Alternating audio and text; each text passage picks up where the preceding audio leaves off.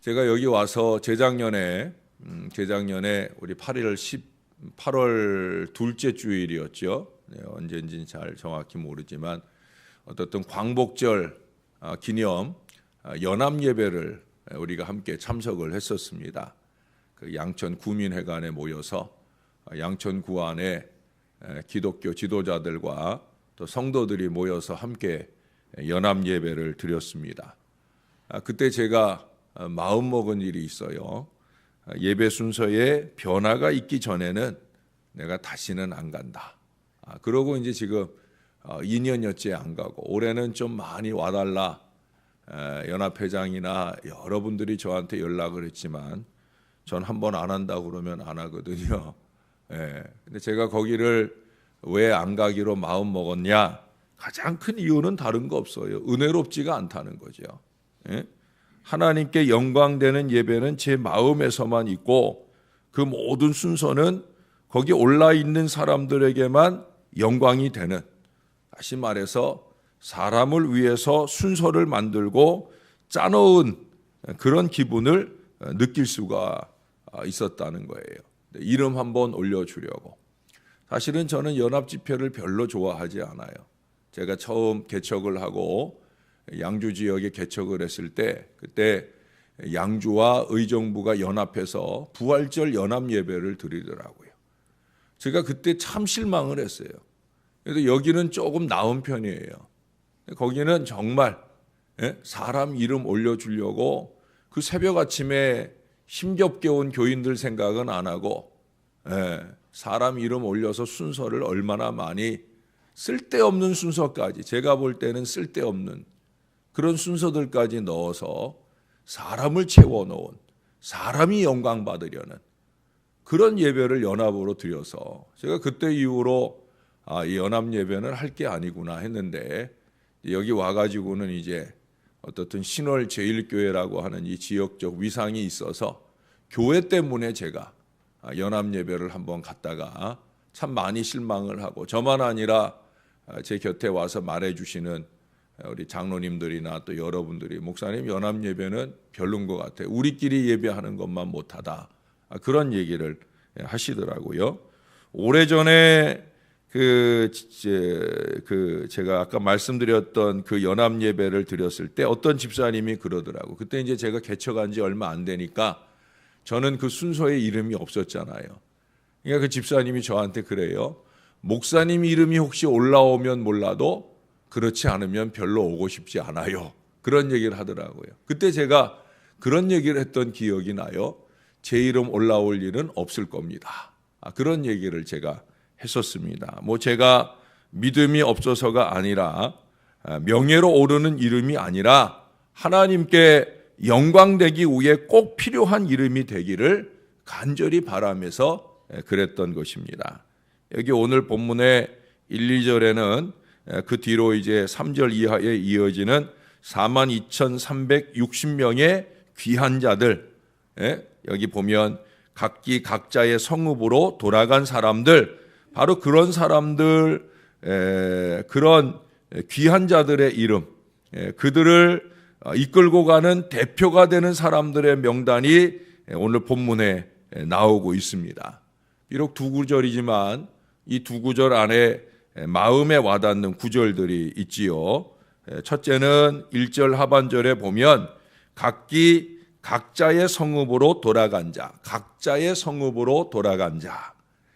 이게 이제 옛날 개역 한글에는 본성에 이른 자. 우리가 흔히 이제 본향, 우리에게는 이제 영원한 천국이 본향, 본성, 우리가 돌아갈 그 본향을 향한 우리의 나그네 길을 지금 살고 있는 거잖아요. 그렇죠? 이스라엘에게 있어서 각자의 성읍, 본성읍이라는 거죠. 본성으로 돌아갔다 하는 그런 의미의 표현을 했었습니다. 그런데 이 본성에 이른 사람들, 이른 사람들의 숫자가 42,360명이라는 거예요. 옛날 출애굽할 때 60만, 남자만 60만, 그 숫자에 비하면 상당히 적은 숫자죠. 물론 기간이 70년이었으니까 라는 생각을 할 수가 있어요. 그러나 포로로 잡혀갔던 사람들은 이보다 훨씬 많은 사람들이었거든요. 바벨론으로 포로로 잡혀간 사람들이 이보다 훨씬 많았고, 또 바벨론 지역에서 70년 세월이 지나는 동안 그곳에서 태어난 사람들도 많았습니다. 어떻게 알아요? 여러분, 이스라엘이 출애굽할 때 처음 숫자가 60만이었는데 그 숫자 세었던 60만 명은 40년 여정 중에 다 죽잖아요. 그리고 그 40년 여정 중에 아직 20살이 안 된 사람으로부터 해서 40년 여정 중에 태어난 사람들이 다시 60만을 채우게 되거든요. 40년 만에 60만이 다시 채워진다. 그걸로 계산해 본다고 하면 아마 많은 사람들이 70년 동안에 태어났을 수 있었다라고 하는 거죠. 그러나 그럼에도 불구하고 여기 오늘 본성에 이른 사람들의 숫자는 제한이 되어 있다라고 하는 거예요. 저는 존 뉴턴의 꿈에서처럼 우리는 분명히 천국에 가면 놀랄 일을 3가지 만나게 될 거예요. 가장 우선적인 놀랄 일은 뭐라고 그랬어요? 내가 이런 천국에 오다니 하는 사실. 존 뉴턴은 겸손한 신앙의 회심자였어요. 정말 많은 죄를 지었던 사람이에요.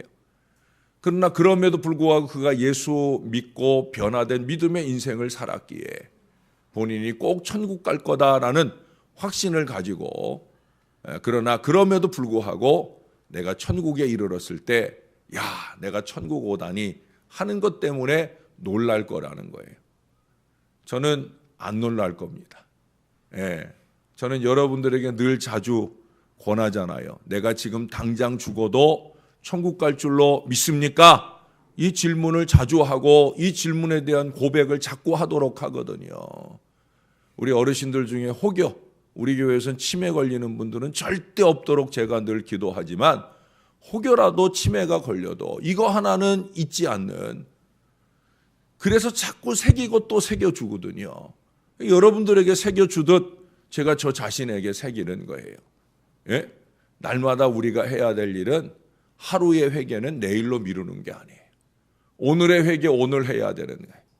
그 회개를 통해 오늘 내가 잠드는 밤이 내가 내일 눈 떴을 때 천국이 될지라도 천국에 이를 수 있는 믿음의 준비를 늘 갖추고 사는 하나님의 사람이 되어야 할 줄로 믿습니다. 이 믿음 때문에 저는 제가 천국 가서 절대 놀라지 않을 거예요. 그런데 다른 2가지는 놀랄 수도 있다고 보여집니다. 그 다른 2가지가 뭐예요? 이 사람은 꼭 천국에 올 거다라고 생각을 했는데 아무리 눈 씻고 찾아봐도 안 와 있더라는 거예요. 또 하나는 반대죠. 이 사람은 천국에 절대 안 올 사람이다 라고 생각을 했는데 천국에 와 있다라는 사실 때문에 놀랄 거라는 거예요.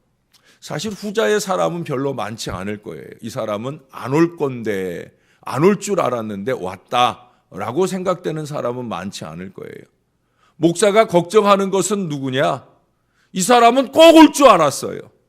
내가 아주 정성껏 기독교식의 장례로 최선을 다해서 장례 치르고 보내주었어요. 근데 거기에 없을 사람, 거기에서 발견할 수 없는 사람, 여러분 죄송하지만 목사가 할 말은 아니지만 그런 사람들 많을 거예요. 그야말로 교인은 많으나 본성의 본향에 이를 자는 많지 않을 거다. 여기서는 기독교식으로 장례 잘 치러 보냈지만 거기서는 거절당할 그런 사람들 분명히 많을 거다. 여기에 교족부에는 이름이 올라 있어요. 그것도 어떤 사람은 이 교회에서 다른 교회로 떠나갈 때 제대로 정리도 잘 안 해놓고 떠나서 여기에도 있고 저 교회에도 있고 저 교회에도 있고 교회마다 얼마나 많은 곳에 자기의 이름을 두고 사는지 모르는데 그럼에도 불구하고 정말 그 이름이 기록되어야 할 천국의 생명책에는 아무리 눈을 씻고 또 씻고 찾아봐도 그 이름을 찾아볼 수 없는 사람들이 분명히 있을 거라는 거예요. 오히려 거기에는 기록이 없고 잊지 말아야 될 자리, 우리 지난번 역대하 36장 8절의 말씀에 본 것처럼 심술 부린 사람 다 기록된다고 그랬어요. 그런 자리에 기록에는 이름이 있는 그런 불행한 인생들이 반드시 있을 거예요. 저나 여러분들은 그런 사람 안 돼야 되죠. 그렇게 믿음의 중심을 아시는 하나님 앞에서 그 생명책에 이름이 없어 슬피 울며 이를 가는 인생들이 되어서는 절대로 안 된다는 거예요.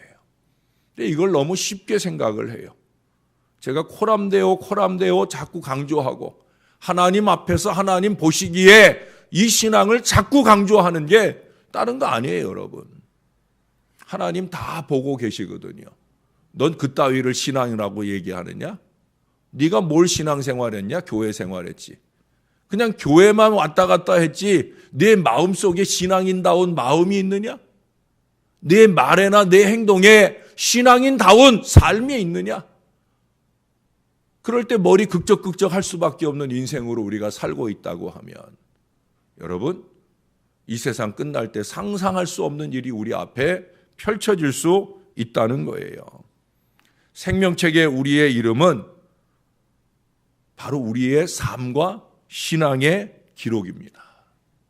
거기에 우리의 세 글자 이름이 적혀지는 게 아니에요. 예수 믿는다고, 세례 교인이라고 그렇게 기록된 이름이 거기에 기록되는 게 아니에요. 저와 여러분이 마음으로 믿는 신앙을 삶으로 시인하며 살았던 그 삶의 기록, 바로 그 내용들을 담고 있다는 거예요. 제가 오늘 설교 제목을 제 나름으로, 이 설교는 제가 다음에 또 한번 대예배 때 하려고, 그런 설교들은 제가 특별히 이렇게 구분해 놓습니다. 제가 여기에 설교 제목을 적어놨어요. 뭐라고 적어놨냐? 신앙도라고 적어놨어요. 신앙도. 이게 무슨 얘기냐? 요즘에 신용도라는 말은 들어보셨죠? 신용도. 신용도 모르세요? 신용도 있잖아요. 우리가 은행에 신용카드를 만들라 한다든지, 또는 요 길 건너가 가지고 차를 활부로 살라고 그런다든지, 그럴 때 우리 주민등록번호 되면 김명준 이렇게 주민등록번호 되면 그 주민번호를 치고 들어가면 우리의 신용도, 이 사람은 어느 정도의 신용도를 가지고 있느냐, 이걸 파악할 수 있어요. 그래서 당신은 신용카드 안 됩니다. 당신은 대출 안 됩니다. 여러분, 목사는 아무리 빚이 없어도요, 목사는 신용도가 낮아요. 아직까지는 세금을 안 내고 있기 때문에 목사는 국가적인 기록에 보면은 제일 최하 계층으로, 왜? 세금을 안 내니까 수입도 어느 정도인지 모르고, 그러다 보니까 나라에서는 신용평가를 할 때 목사는 신용도가 제일 낮은 사람이에요. 정말 신용이 낮은 사람은 아닌데 신용도가 낮은 사람이에요. 그래서 신용카드 회사들이, 특히 큰 회사들, 삼성이나 현대 이런 회사들은 목사한테 신용카드 안 줘요. 예. 그만큼 신용도가 중요한 거죠. 여러분, 우리가 IMF 시절을 한 20여 년 전에 겪었잖아요. 그때 그것이 뭐예요? 그 IMF가 뭐예요? 국가 신용조사기관이에요. 이 나라가 신용도가 떨어졌다 그러면, 이 나라가 저평가되면, 신용이 저평가되면 전 세계 금융권에서 이렇게 배척되어지는 존재가 되는 거죠. 국가의 신용도가 떨어져도 심각한 어려움을 겪었던 때가 우리가 있었잖아요. 우리가 그때 다 알았어요. 아, 국가도 신용도가 있구나. 하물며 여러분, 이 개인의 신용도는 얼마나 이 경제사회에서 중요한지 몰라요. 목사님, 전 차 살 일도 없고요, 신용카드 만들 일도 없어요 라고 말하실 분들도 있겠지만은, 그래도 이 시대의 경제사회에서는 신용도가 중요해요. 이 땅에 살 때는 신용도가 중요하고, 영원한 천국에 갈 때는 신앙도가 중요한 거예요. 신앙도는 뭐겠어요? 신앙도는 바로 우리의 신앙을 평가하는 거예요. 믿음의 진위가 평가되어진다는 거예요. 하나님은 다 파악하고 계셔요. 저나 여러분의 믿음이 진짜 믿음인가? 목사라고 해서 신앙도가 높을 거다? 절대 그렇다고 보지 않아요. 하나님은 알고 계셔요. 이 목사가 정말 신앙도, 제대로 된 신앙도를 가지고 있는지, 이 목사가 목사이기만 하지 신앙도는 이제 갓 예수 믿은 사람보다 못한지, 하나님은 다 파악하고 계셔요. 주민등록번호만 탁 집어넣어도 각 개인의 신용도가 파악되는 것처럼 하나님께서는 딱 얼굴만 봐도 아이고 이놈, 아이고 이 사람, 신앙도가 다 파악이 된단 말이죠. 우리의 이름 석자, 그게 어떤 신앙적 의미를 담고 있느냐, 그 이름에 덧붙여지는 직분까지 더해서 5글자의 교회에서의 이름에 어떤 진실된 헌신을 담고 있느냐, 이게 분명히 평가를 받고 있는다는 거예요. 우리는 그저 내가 목사입네, 내가 장로입네, 내가 권사입네, 사람들이 나를 아무개 권사님이라고 불러주는 것 좋아하지, 과연 그 이름에 합당한 값을 하고 있느냐. 예? 이름만 목사고 이름만 뭐지? 과연 신앙도가 분명한, 헌신도가 분명한 그런 신앙의 사람으로 하나님께 평가되고 있느냐, 하나님께 평가되고 있느냐. 사람들에게는 저평가될 수 있어요. 사람들은 저평가하려 합니다. 사람들의 마음속에는 끊임없이 시기와 이기와 욕심이 있어서 자꾸 끌어내리려고 그래요. 끌어내리지 말아야 할 사람도 끌어내리려고 그래요. 그게 사람이에요. 사람의 일을 하는 사람들은 그래요. 하나님의 일을 하는 사람은 그러지 않거든요. 하나님의 일을 하는 사람은 자꾸 높여요. 자꾸 올려줘요. 그러나 안타깝게도 세상에는, 교회에는 사람의 일을 하는 사람들이 많고 사람의 생각을 하는 사람들이 많아서 자꾸 끌어내리려고 그래요. 그러나 상관없어요. 하나님이 어떻게 보시느냐. 신앙도가 높은 것이 중요하다는 거예요. 세상에서 저평가되는 것보다 하나님께 고평가 받는 것, 이것이 저와 여러분에게 정말 중요하다는 거예요. 여러분, 두려움과 떨림으로 이 이야기를 들어야 돼요.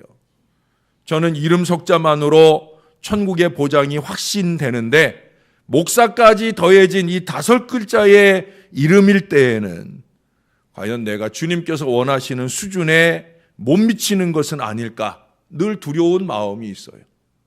저도 사람이다 보니까 저도 모르게 제 마음 안에 일어나는 미움도 있고, 예? 그 미움들을 밀어내고 다시 나의 본 마음을 회복하려는 몸부림 속에 늘 살지만, 또 목회적 나의 책임에 최선의 수고를 더하려고 노력하지만 늘 두렵습니다. 두렵기 때문에 더 노력합니다. 무엇보다 하나님의 뜻대로 목회하기를 노력합니다. 왜? 신앙도라는 건 결국 그렇게 평가되는 거거든요. 하나님의 뜻대로 얼마나 살고 있느냐라고 하는 하나님의 기준에 맞게 살고 있느냐, 하나님의 마음에 합하게 살고 있느냐, 이것이 신앙도를 평가하는 기준이니까. 여러분, 신앙도가 가장 높은 분은 누굴 것 같아요? 예? 이 땅에 살았던 사람 중에 신앙도가 가장 높은 분은 예수님이셔요. 그렇잖아요. 저도 그 예수님만큼은 안 되더라도 예수님처럼은 되고 싶어서 몸부림칩니다. 예수님의 신앙도가 높은 이유가 뭐예요? 저나 여러분이 예수님의 이름으로, 하나님 앞에 예수님의 이름 탁 대고 우리가 기도 대출을 받으려고 그러잖아요. 대출이라는 표현을 써서 죄송한데, 기왕에 이제 신용도 얘기를 했으니까, 우리 기도가 뭐예요? 예수님 이름 대고 하나님께 응답받는 게 기도잖아요. 우리가 원하는 신용 대출을 받으려면 우리가 누구의 이름을 빌어서, 예수님 이름으로 기도합니다. 그러면 은행장 되시는 우리 하나님께서, 오, 예수 이름이야? 그럼 내가 해주지. 예수님만큼 신앙도가 높은 분이 없잖아요. 죄송하지만 여러분들이 왜 목사가 기도해 주기를 원하고 목사에게 기도를 의뢰해요? 아무래도 여러분들보다는 조금 더 제 신앙도가 높을 것 같아서 그러지 않아요? 예? 그렇잖아요. 예. 저는 그게 저의 사명이라고, 하나님이 저의 신앙도를 높이 평가해 주시기를 원하는 이유 가운데 하나는 여러분들을 위한 저의 중보 기도가 여러분들 속에 잘 결실되도록.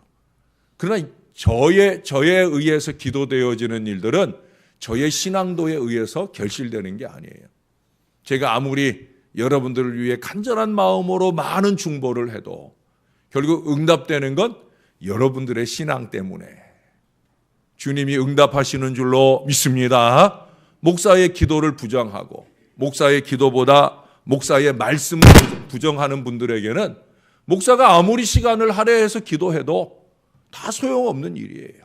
시간 낭비일 뿐이에요.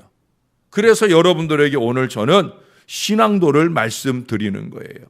천국에서의 신앙도 높여야 됩니다. 예수님처럼 높여야 됩니다. 예수님처럼 하나님 뜻대로 아버지 뜻대로 해야 된다는 거예요. 본성에 화려하게 입장이 허용되어지는 높은 신앙도는 바로 하나님 뜻대로의 결실인 십자가와 부활을 믿음으로 갖추어질 수 있어요. 그러나 그 본성에 이르렀을 때 면류관 받을 신앙은 저와 여러분이 이 땅에서 아버지 뜻대로 하나님 뜻대로 열심히 살면서 신앙도를 높일 때 가능할 수 있다는 거예요. 오늘 이 아침 마음 가운데 분명히 다짐하셔요. 하나님 보시기에 높게 평가될 그런 신앙도를 내 마음에서 삶에서 결실해 가자. 이걸 다짐하시는 저와 여러분 될 수 있기를 바랍니다. 한 가지만 더 오늘 2절에 보면 이름을 쭉 나열하고는 등과 함께 나온이라는 표현이 나와요. 등과 함께. 앞서서 나눈 말씀과 연장되는 얘기예요. 여러분 천국은 예수의 이름과 함께 해야만 들어갈 수 있잖아요. 예수 이름 없는 인생은 절대 입장 불가예요. 오직 예수 이름으로만 가능한 일입니다. 주님은 우리 신앙의 근거요 최고의 대표자이신 줄로 믿습니다. 예수님이 대표예요. 항상 예수님은 앞장서 주세요. 그런데 여러분 2절에 보면 여기 언급된 이름들 역시 그 당시 귀한 자들 4만여 명이 넘는 그 귀한 자들의 대표자예요. 이 뒤에도 그 뒤에 나오는 바로스 자손이 스바다 자손이 아라 자손이 그러면서 앞에 이름이 나오고 나머지는 그냥 숫자만 나와요. 다 대표들이 있어요. 그 대표 등과 함께 그 많은 사람들이 함께 들어가는 거예요. 본성으로 본향으로 들어가는 거예요. 출애굽 때에도 모세와 아론이 여호수아와 갈렙이라고 하는 걸출한 대표자들을 통해서 무사히 인도되었던 것처럼 이 기한에 있어서도 이들 대표자들의 역할이 중요하다는 거예요. 여러분 우리는 기왕에 신앙 인생을 사는 것 이들처럼 대표적 인물이 되도록 그 공동체의 얼굴이 되도록 살아야 할 줄로 믿습니다. 다른 거 대표 되려고 하지 마셔요. 이 신앙적으로 신월제일교회 하면 신앙도에 있어서 아무개 대표. 여러분 신월제일교회라고 해서 하나님께서 제가 이 교회에서 세상적으로 대표자는 김용준 목사가 맞아요. 그러나 하나님 기준에서의 대표자는 분명히 다를 거예요. 이 가운데 저보다 신앙도가 높은 그 사람을 하나님은 대표자로 보고 계실 거예요. 전 그렇게 생각을 해요. 아니 성경은 그렇게 말씀하고 있어요. 신앙적인 대표자 바로 그런 사람이 되어야 되는 거예요. 이 사람들이 보면은 명함에 기왕이면 대표이사, 대표, 아무개 이런 걸 원하잖아요. 교회에서도 그렇게 우리가 쓰임 받아야 돼요. 그렇다고 해서 담임 목사가 된다거나 죄송하지만 장로가 된다거나 그런 의미의 대표를 말하는 게 아니에요. 제가 명예욕이나 자리 싸움 이거 부추기려는 게 아니에요. 신앙 인격으로서 하나님께 인정받을 수 있어야 된다는 거예요. 사도행전 6장에 보면 거기 이런 신앙 인격으로 초대교회 모든 성도들의 대표적인 헌신자가 되었던 7명의 집사가 나오잖아요. 그 7 집사를 세우기 전에 세우고 난 뒤에 그들에 대하여 말하는 비슷한 표현이 2가지 있다고 그랬죠. 첫 번째 표현은 성령과 믿음이 있는 자를 뽑고자 했어요. 그 다음 뽑을 때 보니까 성령과 지혜가 충만한 자를 뽑으려 했어요. 공통분모가 뭐라고 그랬어요? 성령 충만이에요. 성령 충만이 믿음 충만인 줄로 믿습니다. 성령 충만이 지혜 충만인 줄로 믿습니다. 그래야 교회의 대표자가 되는 거예요. 성령 충만하진 못하면서 뭐 어찌 대표자가 되겠어요? 이름에 목사 붙었다고 대표자 되는 게 아니에요. 목사가 성령 충만해서 교인들을 영적으로 잘 이끌어 가야, 그래야 대표자인 거죠. 이건 분명한 사실이에요. 엉뚱한 대표 되려고 하지 말고 성령 충만한, 하나님 보실 때 참 이 교회의 대표자는 아무개야 라고 생각할 그런 사람이 되려고 노력해야 되는 거예요. 그럼 법적으로는 대한예수교 장로회, 신월제일교회, 대한예수교 장로회, 장로교회는요, 장로 정치하는 교회예요. 우리가 장로교회를 다니고 있다는 것은 장로 정치하는 교회를 다니는 거예요. 장로교회를 선택할 땐 이미 그걸 인정하는 거예요. 이 장로교회는 장로 정치, 다시 말해서 당회 정치를 통해서 교회가 모든 걸 이끌어가는 거예요. 그래서 장로님들을 그냥 뽑지 않잖아요. 위임 목사를 그냥 세우지 않잖아요. 3분의 2 이상이 찬성을 할 때 이 교회의 대표자로 장로님들을 세우는 거예요. 그리고 교회의 모든 질의는 그분들이 대표가 되어서, 3분의 2 이상의 사람들은 어떤 생각을 가지고 이 어른들을 세우느냐, 이분들이 결정하는 건 우리가 다 따라가겠다 하는 의미로 세우는 거예요. 인기 투표하고 뽑는 게 아니란 말이죠. 왜? 장로교회니까. 감리교회나 성결교회나 기타 여러 교단들, 교회들은 당회 정치가 아니에요. 장로 정치가 아니에요. 그러니까 거기는 목사가 자기 하고 싶은 대로 하는 데가 얼마나 많아요. 또 목사가 자기 하고 싶은 대로 하려고 하면 나이 70살 넘어가지고도, 그래가지고도 교단을 탈퇴하고 그러는 경우가 얼마나 많아요. 여러분 이제 보세요. 명성교회가 총회가 분명한 법적인 그런 절차를 따라 재판 결과를 내놓으면 명성교회는 반드시 교단을 탈퇴하게 돼 있어요. 제 말이 거짓말인가 두고 보셔요. 자기들한테 유리한 판결이 썩어빠진 정치 목사들한테, 정치 장로들에 의해서 결정되어지면 몰라도 그들의 돈줄 때문에 정신 팔린 어리석은 인생들이 그것에 호응하면 몰라도 법적 근거에 따라서 바르게 판결하고 해주면 결국은 저 교회는 탈퇴하게 되어 있어요. 장로 정치 안 하겠다는 거죠. 법적 준수 안 하겠다는 거죠. 참 어리석고 안타까운 일이 아닐 수 없어요. 장로교회는요, 잊지 마셔요. 장로 정치하는 교회예요.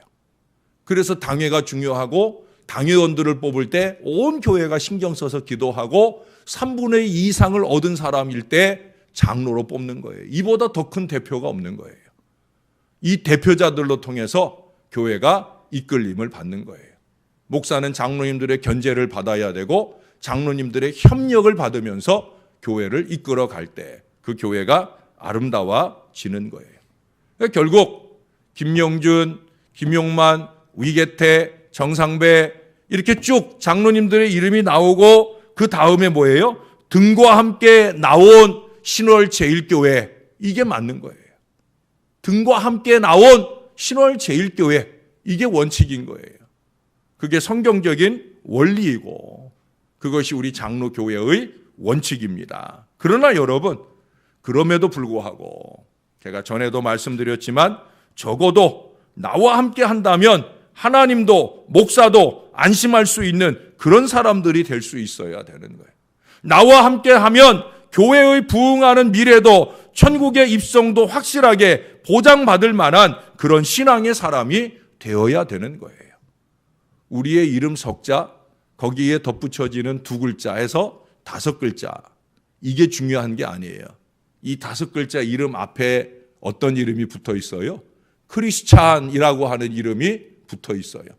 이 크리스찬, 이 이름에 합당하게 저와 여러분이 살아서 신앙도가 높은 그런 믿음으로 살아서 저와 여러분이 하나님께 인정받고 세상의 많은 사람들이 나와 함께 함으로 예수 믿고 천국 가게 할 수 있는 그런 건강한 믿음의 대표자 다 될 수 있기를 우리 주 예수님의 이름으로 간절히 축원합니다.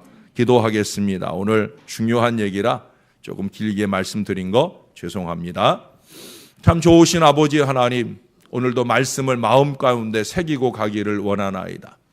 우리는 어떤 정도의 신앙도를 가지고 하나님 앞에 있는지, 직분 받기는 좋아했는데 그 직분에 합당한 헌신도가 과연 제대로 쌓여지고 있는 건지, 내가 하고 싶으면 하고 말고 싶으면 마는 그런 이름으로 살고 있는 것은 아닌지, 하나님 보실 때 하나님 뜻대로의 신앙도가 높은 고귀한 신앙의 모습으로 주 앞에 살아가는 저와 이 모든 자녀들이 되게 하여 주옵소서. 사람들이, 세상이 어떻게 평가하는 것도 중요하지만 더 중요한 것은 하나님이 나를 어떻게 평가하시느냐, 이것이 중요한 줄을 알아 하나님 앞에 바른 믿음의 대표자로 우뚝 설 수 있는 저와 이 모든 자녀들이 될 수 있도록 은혜를 베풀어 주옵소서. 성령의 충만함을 우리 위에 더하여 주셔서 그것이 믿음의 충만, 지혜의 충만이 될 수 있도록 은혜 베풀어 주옵소서.